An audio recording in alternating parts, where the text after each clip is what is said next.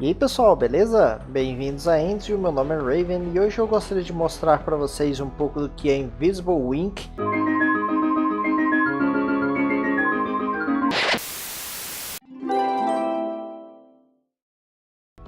É um jogo de espionagem tática em turnos, desenvolvido pela Clay, também conhecida por Mark of the Ninja, Shank 2, e aqui no canal Don't Starve.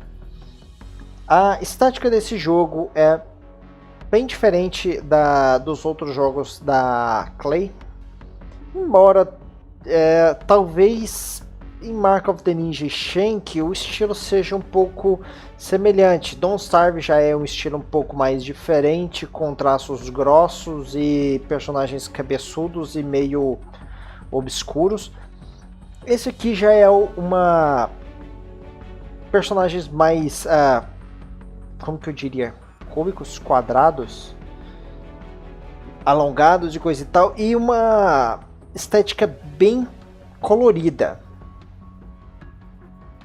Bom, vamos então começar aqui falando um pouco sobre o jogo. Eu vou deixar o menu por último, mas antes eu quero falar sobre a criação de jogo. Aqui nós temos 3 dificuldades na campanha. Essas opções aqui às vezes elas aparecem escondidas, mas nós podemos mostrá-las. E aqui ele detalha cada impacto que a dificuldade tem no jogo. Nós temos aqui o nível iniciante, experiente e expert. Nós temos também alguns modos de jogo avançados, expert plus para ficar mais difícil, endless, que é esse jogo ele tem uma campanha limitada aí. Eu demorei, se não me engano, 7 horas para terminá-la, mas parece que tem gente que demorou menos. Eu sou ruim nesse jogo, tá? Eu sou ruim mesmo. E esse aqui é uma campanha infinita, ele continua gerando para você níveis que são proceduralmente gerados e coisa e tal. Endless Plus, Time Attack, que ele dá um limite para você terminar o seu turno. Cada turno seu tem no máximo 2 minutos. Se você não fizer o seu turno nesses 2 minutos, ele avança automaticamente. E um custom. Eu fiz um save aqui baseado nesse beginner com um número limitado de horas de campanha. Essa campanha aqui, essas horas de campanha é o seguinte: você está num lugar, você tem que viajar para outro, gasta tantas horas, e aquela fase, se eu não me engano, também conta o tempo dela, ela gasta tantas horas do jogo para você terminá-la, e quando terminar essas 72 horas você vai para a última fase, que é uma fase mais difícil para você poder encerrar a campanha. Eu terminei essa campanha uma vez nesse nível beginner, iniciante mesmo, sem mudar nada. E como eu mencionei aí, eu não sou muito bom não, por isso eu demorei demais para terminá-la. Mais do que eu tenho visto que o povo está demorando. Bom, os impactos que isso aqui tem no jogo. Rewinds, nós podemos voltar um turno atrás. À medida que ele vai ficando mais difícil, ele vai diminuindo o número de rewinds. Level retry, ou seja, eu posso, se eu estiver insatisfeito com como um nível prosseguiu, eu posso rejogá-lo. Eu tive que usar isso aqui algumas vezes enquanto eu terminava a campanha. Nas outras configurações, além de rewinds e retries, nós temos Auto Increment Alarm, que nós temos um alarme. À medida que ele vai aumentando, ele tem níveis, cada nível tem 5 subdivisões, eu acho que são 6 níveis de alarme, se eu não me engano. Sem contar o 0, tem o 0 e acho que mais 6, dando 7 níveis de alarme, cada um com 5 subdivisões. Esse auto-incremento significa que a cada turno que eu jogo e cada turno da máquina, ele aumenta o alarme em um subnível. Isso significa que a cada nível que esse alarme aumenta, nível completo com 5 subníveis, ele aumenta algumas coisas de segurança, número de guardas, câmeras e coisas para dificultar nós passarmos da fase. Então a ideia aqui que isso aqui faz com que a cada turno que você gaste a mais numa fase, ela fica mais difícil. Eu tentei jogar isso aqui uma vez com isso aqui desligado. No beginner, isso aqui desligado e campanha infinita, eu não recomendaria. O jogo vira uma espécie de jogo de exploração que tira aquela pressão que você tem de você estar sempre correndo contra o relógio e coisa e tal. Apesar da lógica de o alarme só incrementa se algum guarda vir alguma evidência da minha presença, não funcionou. Ficou fácil demais. Número de horas de campanha, nós temos 24, 48, 72, que é o padrão, 120 ou infinito, que é como estará o save que eu vou mostrar para vocês. É a única coisa que eu alterei nessas configurações de nível iniciante.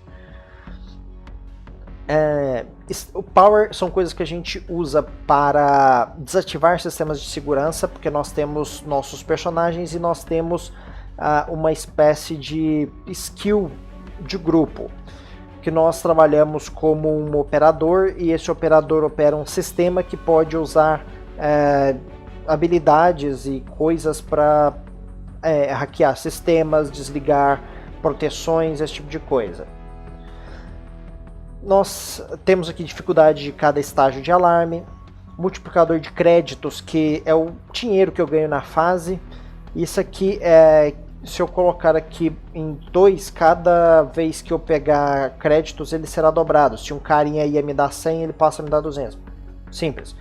O nível, a quantidade de guardas por nível.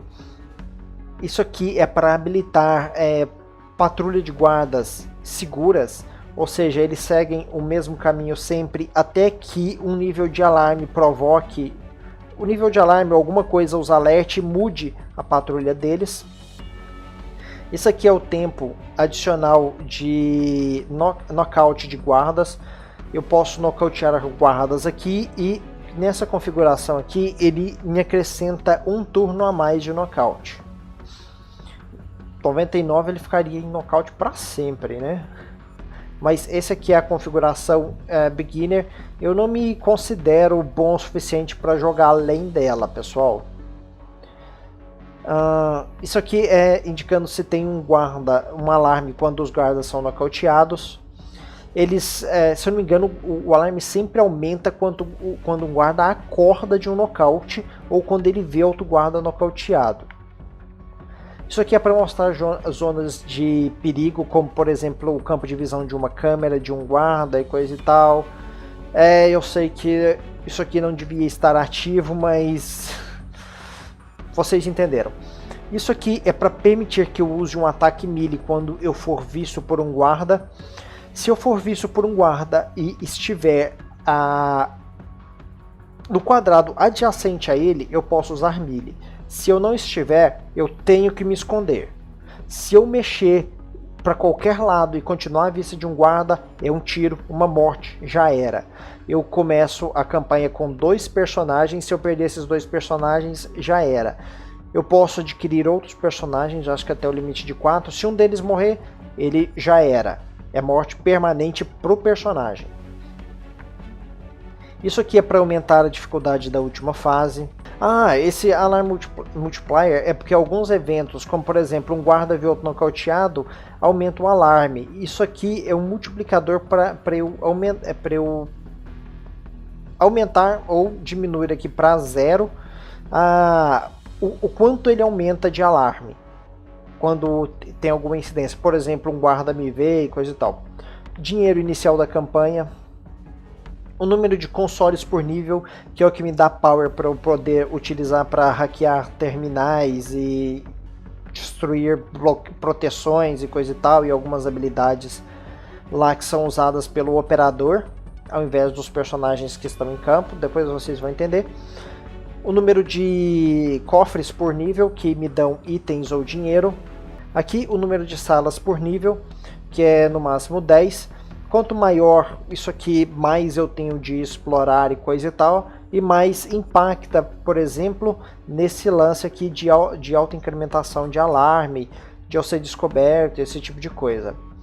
A quantidade de Daimons são uma espécie de vírus que a gente tem num sistema que quando a gente vai hackear, se nós não desabilitarmos o Daimon, ele pode causar algo negativo para a gente. como esconder equipamentos que tem diamonds, tirar créditos da gente, sugar power para diminuir a nossa habilidade de usar programas. Ele pode desabilitar o nosso sistema central que nós usamos para usar os programas por um determinado tempo e a gente não consegue hackear nada, esse tipo de coisa. E o time attack, que é o número que é um tempo que a gente pode colocar por turno. Se eu colocar 30 segundos, na hora que chegar a minha vez, o meu turno, eu tenho 30 segundos para fazer uma ação, ou ele para fazer todas as ações que eu quiser naquele turno, ou ele adianta automaticamente.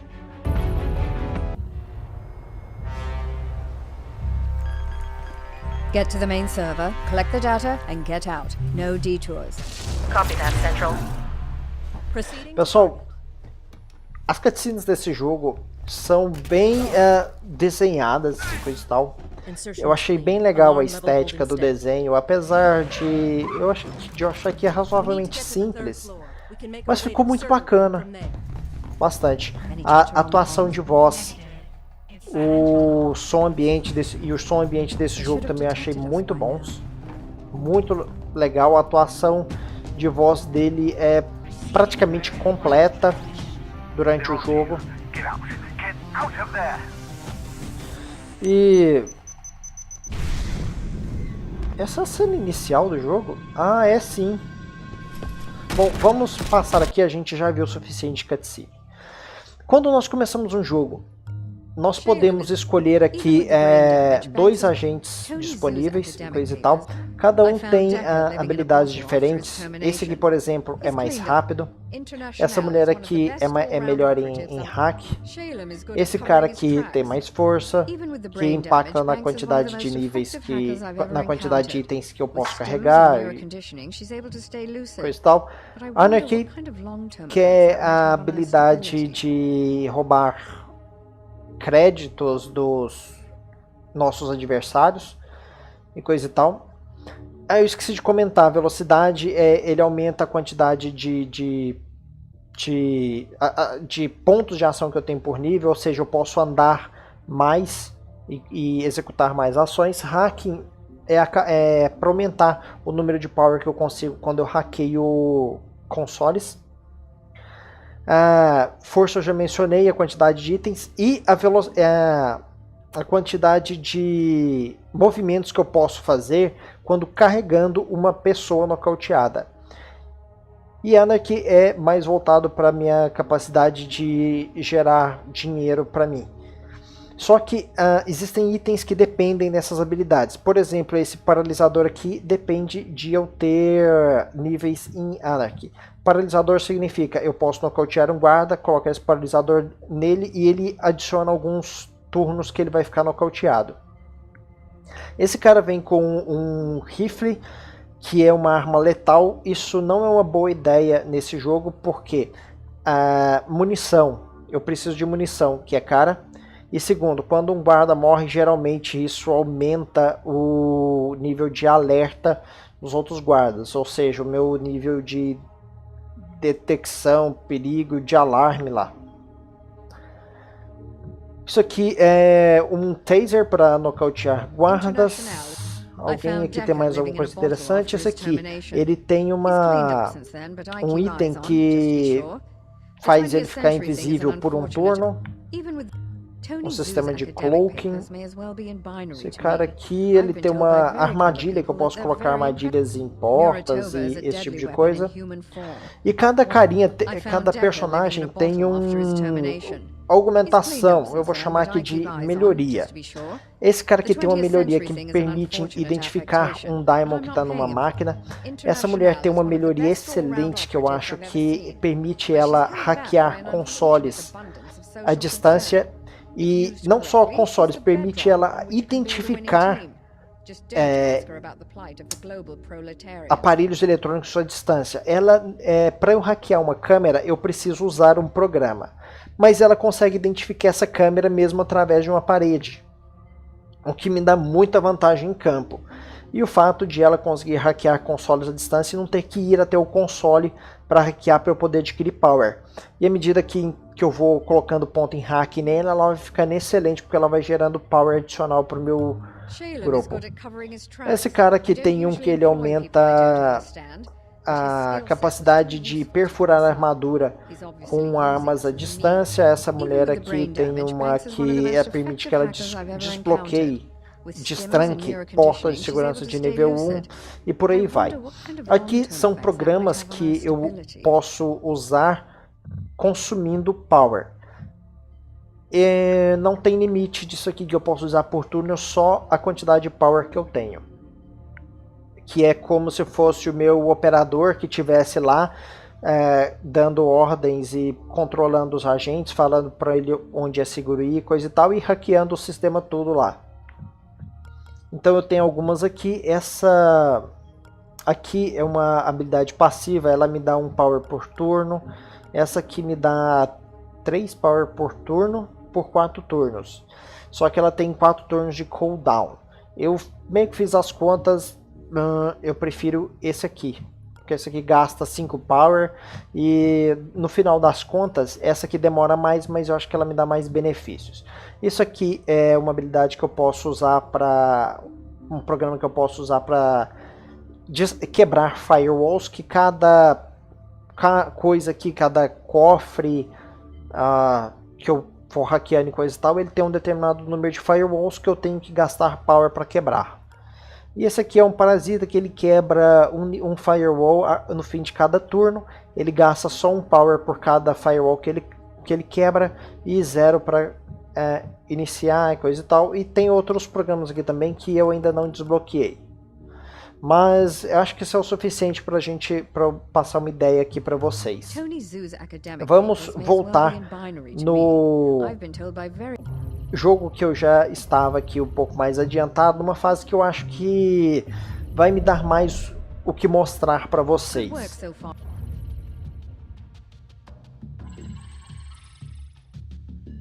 Agora eu já estou pegando missões de nível de segurança 3, que já dá mais um pouco de coisas com o que me preocupar e para mostrar aqui para vocês.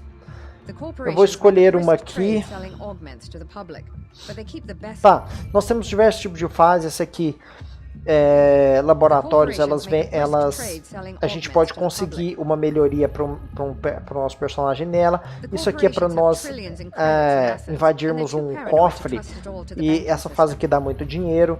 Essa fase aqui eu posso acessar um terminal e localizar um outro tipo de missão que eu queira. Por exemplo, se eu quero uma missão de um banco, eu posso entrar aqui, e se no banco de dados isso aqui tiver algum banco cadastrado, eu posso acessá-lo e ele acrescentar a missão aqui na minha tela.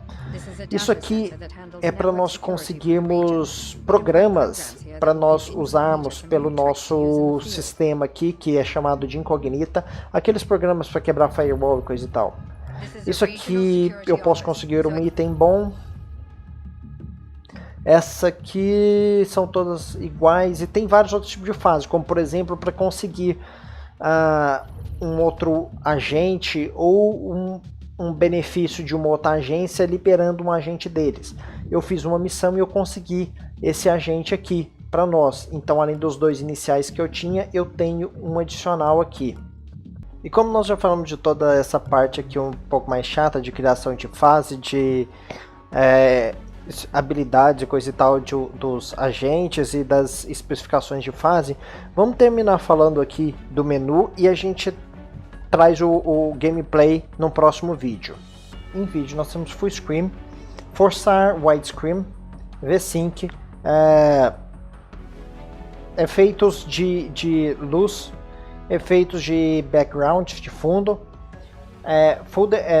decoração completa, Shadow Quality em Low, Medium, Normal, High e Very Height. Eu acredito que isso aqui seja a definição em pixels das sombras. Nós temos legendas, display, nós podemos escolher qual monitor nós queremos usar como display. Por enquanto eu tenho só um ligado, de vez em quando eu vou editar eu ligo um segundo, não é permanente aqui para mim.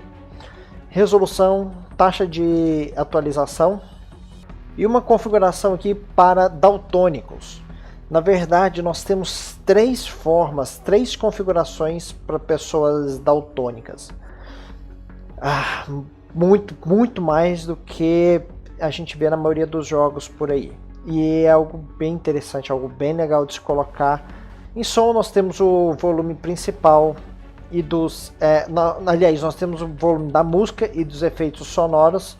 Seria legal ter um volume para voz, apesar de que a voz é disparada só em alguns momentos. Eu gostaria de tê-la separada dos outros volumes. Em gameplay, nós podemos colocar aqui em Fast Mode, aumentar a velocidade em que os nossos agentes e os guardas andam enquanto no jogo. Nós temos aqui uma opção para enviar dados de análise para o servidor. Aqui nós temos uma opção para habilitar a câmera manual.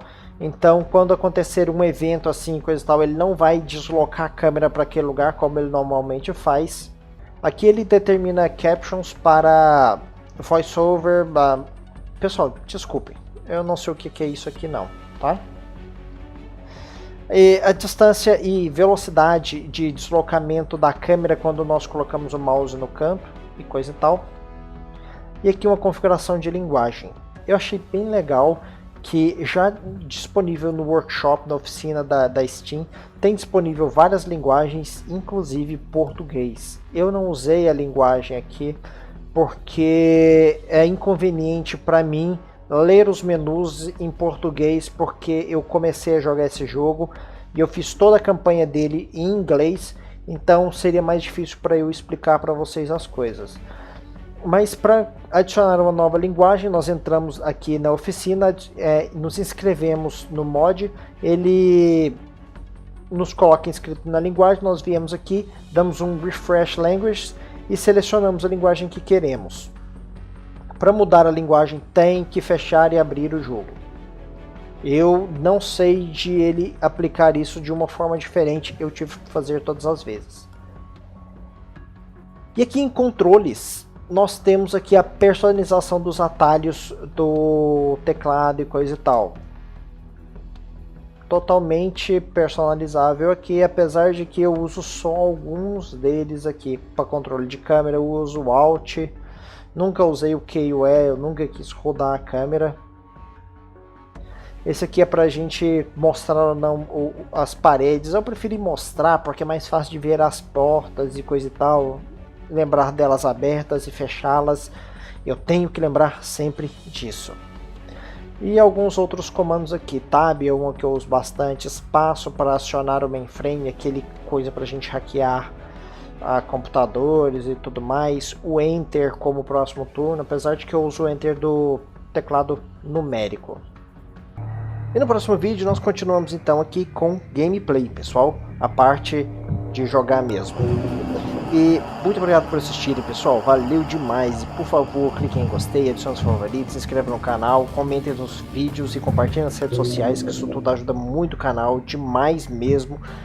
E valeu demais por tudo que vocês têm feito aí. Até mais então, pessoal, tenham uma boa vida e fiquem com os últimos vídeos do canal. No segundo episódio de Minecraft Pokémon com a Dina, vamos falar sobre Pokébolas e suas vantagens.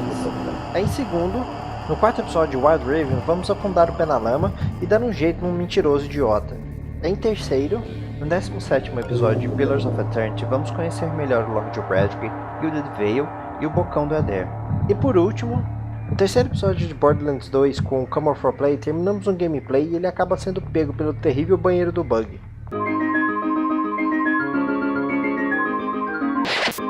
Dificuldades na campanha. Essas opções aqui às vezes elas aparecem escondidas, mas nós podemos mostrá-las. E aqui ele detalha cada impacto que a dificuldade tem no jogo. Nós temos aqui o nível iniciante, experiente e expert. Nós temos também alguns modos de jogo avançados, expert plus, para ficar mais difícil. A estática desse jogo é bem diferente dos outros jogos da Clay. Embora talvez em Mark of the Ninja e Shank o estilo seja um pouco semelhante. Don't Starve já é um estilo um pouco mais diferente, com traços grossos e personagens cabeçudos e meio obscuros. Esse aqui já é uma personagens mais endless, que é esse jogo ele tem uma campanha limitada aí. Eu demorei, se não me engano, 7 horas para terminá-la, mas parece que tem gente que demorou menos. Eu sou ruim nesse jogo, tá? Eu sou ruim mesmo. E esse aqui é uma campanha infinita, ele continua gerando para você níveis que são proceduralmente gerados e coisa e tal. Endless, como que eu diria? Cúbicos, quadrados, alongados e coisa e tal, e uma estética bem colorida. Bom, vamos então começar aqui falando um pouco sobre o jogo. Eu vou deixar o menu por último, mas antes eu quero falar sobre a criação de jogo. Aqui nós temos 3 dificuldades. E aí pessoal, beleza? Bem-vindos a Endzio, meu nome é Raven e hoje eu gostaria de mostrar para vocês um pouco do que é Invisible Ink.